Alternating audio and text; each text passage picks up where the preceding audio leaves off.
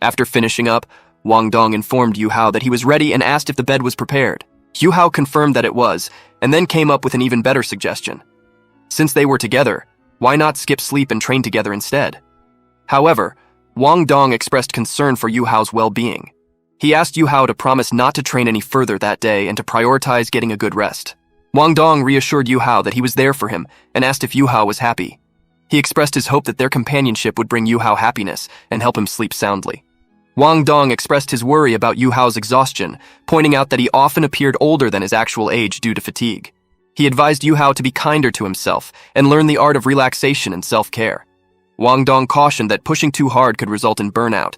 He revealed that he had sought out Uows with the intention of bringing him back, as it would ultimately benefit their training together. Uows agreed with Wang Dong's concerns and made a promise to refrain from any further training for the remainder of the day, recognizing the significance of rest and taking care of himself for his overall well-being. As Wang Dong got ready to rest, tears filled his eyes, showing how drained and emotionally overwhelmed he was. He confided in Uows that without him, he might have crumbled.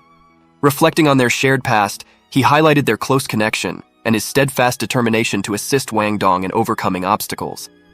Wang Dong hoped the invisible spirit grasped the extent of his backing and encouragement, confirming his commitment to their friendship and shared development. The following day, Uows and Wang Dong finalized their plans with the school and set off toward the Heaven Spirit Empire.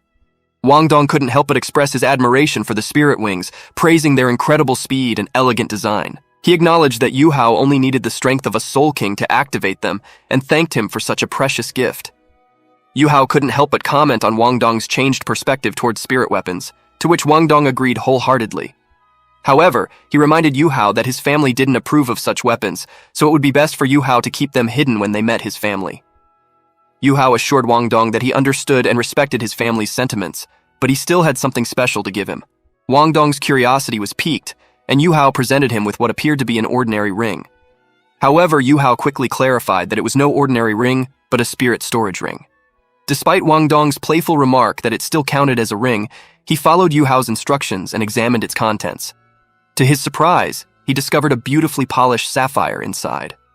Overwhelmed with gratitude, Wang Dong thanked Uows profusely and couldn't help but wonder when Uows had noticed his true feelings. Uows made it clear to Wang Dong that he needed him to safeguard the ring and handle it delicately. Stressing the need for confidentiality, Uows warned Wang Dong not to reveal its contents to anyone. The ring held a crucial secret linked to soul devices from the royal family of the Sun and Moon Empire. Wang Dong, puzzled by Uows' words, questioned if the ring wasn't meant as a gift for him. Uows assured him that the wings were indeed a gift, leaving Wang Dong perplexed. Consumed by anger, Wang Dong unleashed his fury on Uows, insulting him and expressing his hatred, which left Uows bewildered by his friend's sudden outburst. As Wang Dong flew off, he noticed Uows trailing behind him. Instead of letting the tension linger, Wang Dong urged Uows to follow him. He then marveled at the efficiency of his wings, enabling him to cover vast distances in a short span without draining much of his soul power. Observing something amiss, Wang Dong saw Uows trembling and calling out to him. Suddenly, Uows began plummeting from the sky, prompting Wang Dong to act and rescue him swiftly. Upon reaching Uows, he discovered him unconscious. Overwhelmed with guilt and regret, Wang Dong apologized to Uows, acknowledging his superior soul force and admitting his reckless behavior in making him chase after him. Wang Dong expressed remorse for his impulsiveness, recognizing the importance of what Uows had entrusted him with, and returned the wings to him. He blamed himself for his mistreatment of Uows. Wang Dong's voice echoed through the air as he called out to Uows, his concern evident in his tone. He couldn't help but blame himself for the incident that had just occurred. Little did he know Uows Fall was nothing more than a playful prank, a mischievous attempt to tease his friend. Uows couldn't help but chuckle inwardly as he admitted to Wang Dong that he had purposely pretended to be tired and fall over. However, he didn't want to embarrass himself by revealing the truth behind the joke. With a mischievous glint in his eyes, Uows assured Wang Dong that he was only a little tired and that he would take some time to rest. Wang Dong's relief was palpable as he saw Uows awake and seemingly unharmed. In a gesture of gratitude, Uows advised Wang Dong not to transfer any soul force and encouraged him to rest as well. Wang Dong happily obliged, grateful for his friend's concern. Wang Dong's sudden transformation into a more submissive and apologetic demeanor revealed his regret for his previous behavior towards Uows. He expressed his apologies for being stubborn and even offered to return the sapphire ring, but he hesitated, wondering if Uows would mind if he kept it.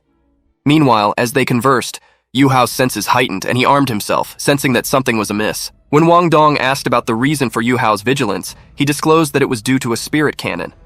Yu Hao explained that he could detect the breathing patterns of over 10,000 people in a specific direction. Impressed by Yu Hao's sharp perception and abilities, Wang Dong was in awe. Yu Hao suggested merging their soul forces so that he could share his spirit detection with Wang Dong, enabling them to witness the unfolding events together. It was the first time they had encountered such a massive battle involving soul force users. From their vantage point, they observed two groups positioned 4 kilometers away. The first group, consisting of approximately 100 soul users, was surrounded by a much larger army of over 1,000 men. The soul force users were at a significant disadvantage. Despite the dire situation, their leader, a woman, reassured them and urged them to hold on, promising that reinforcements would arrive soon. Yu Hao recognized the woman, indicating a personal connection or familiarity with her. Wang Dong interrogated Yu Hao regarding the identities of the individuals they were observing. Yu Hao promptly recognized them as Juzi and KK, the same individuals he had previously mentioned to Wang Dong. Worried about their well-being, Wang Dong sought Yu Hao's advice on what course of action they should take. Yu Hao firmly suggested that they should intervene, as their friends might be in grave danger. Wang Dong reassured Yu Hao, emphasizing that they had never been afraid when they were together. Yu Hao wholeheartedly agreed, assuring Wang Dong that he would do everything in his power to keep him safe, vowing to protect him as long as he lived. Kei informed Joseph that their group had been encircled, with a mere 100 men at their disposal against the enemy's overwhelming force of over 1,000 soldiers. She further explained that the enemy's ranks included skilled cavalry and an elite team of warriors wielding only a single weapon each. Despite their master of soul weapons enduring a long and arduous journey, exhaustion had taken its toll on many of their comrades. Kei inquired about the timing of reinforcements, prompting Juzi to carefully ponder the situation, underscoring the seriousness of their predicament and the critical need for strategic decision-making. Juzi provided reassurance to the group, assuring them that they only needed to persevere a little while longer. She instilled a sense of hope by informing them that their reinforcements would be arriving within a maximum of 15 minutes. With determination in her voice, she urged everyone to hold on and promised that they would make it back alive. When a soldier questioned the timing of the reinforcements, Juzi stressed the importance of staying focused and confidently affirmed that they would not meet their demise. Deep down, however, Juzi knew that in order to maintain morale, she had to deceive them. The truth was that the reinforcements were not due to arrive for another 30 minutes. Juzi wondered if they could endure until reinforcements arrived, dreading the thought of being overrun and buried that very day. Out of the blue, the soldiers spotted 2 figures charging into enemy territory at an astonishing speed, their wings slicing effortlessly through the enemy lines. Sensing trouble, they noticed the glimmer of blades reminiscent of an asura, a sign of an impending enemy attack. It was clear that Wang Dong and Yu Hao were utilizing the collapsed soul device, unleashing their mighty power against the enemy troops.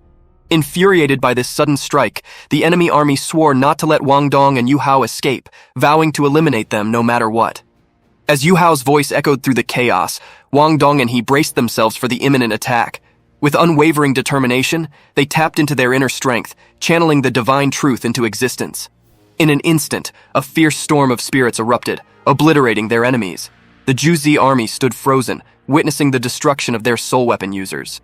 Yu Hao and Wang Dong's intervention completely turned the tide of the battle, leaving the soldiers bewildered and questioning the origins of their newfound allies.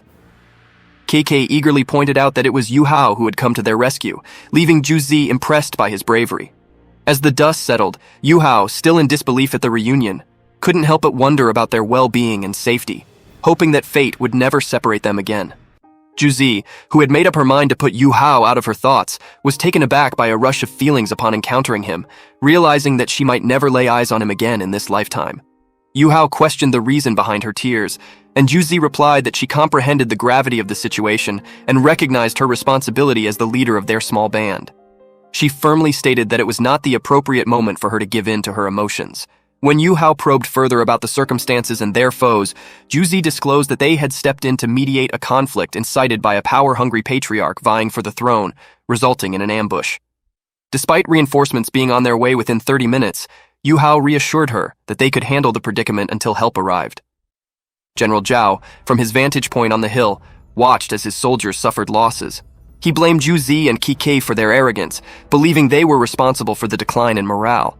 Taking matters into his own hands, he revealed his true identity as the eldest son of the esteemed patriarch. and the heir to the title of Great General Zhao Yang of the Gong Empire.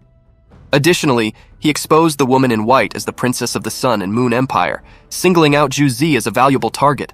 Stressing the importance of capturing her to weaken their enemies, he urged his soldiers to gather their courage and push forward with the attack. Wang Dong and Yu Hao were shocked to discover that Zhu Zi was not only a leader, but also the Princess of the Sun and Moon Empire. They thought back on the moments they had shared with her, realizing they had been oblivious to her true identity all this time. Zhu Zi mentioned her marriage to the prince, but Yu Hao didn't seem too impressed. She stressed that she was not just a princess, but also a warrior for the empire, underscoring her diverse roles and commitment to her responsibilities. On that crucial day, Zhu Zi geared up to confront the dangerous situation alongside her comrades, fully aware of the stakes. As the reinforcements drew near, she rallied her troops, assuring them that help was on the way and urging them to fight for their lives. With unwavering determination in her voice, she instilled confidence in her soldiers, motivating them to hold on until the reinforcements arrived. Her words of encouragement lifted the morale of her companions, who found newfound strength in her leadership. Inspired by Zhu Zi's readiness to stand on the front lines and risk her life alongside them, they questioned why they should give up when their princess was right there beside them. Inspired by Zhu Zi's courage and unwavering commitment, her comrades made a solemn vow to protect her at any cost. Zhu Zi, filled with remorse, apologized to Yu Hao for concealing her true identity as a princess. Yu Hao, though unaware of her secret, found solace in her revelation as it shed light on the enigmatic aspects of her life. However, he chose to set aside further discussions for the time being, focusing instead on repaying a debt that day. Wang Dong encouraged him to proceed with his plan without hesitation. Meanwhile, General Zhao rallied his troops, emphasizing the significance of the moment.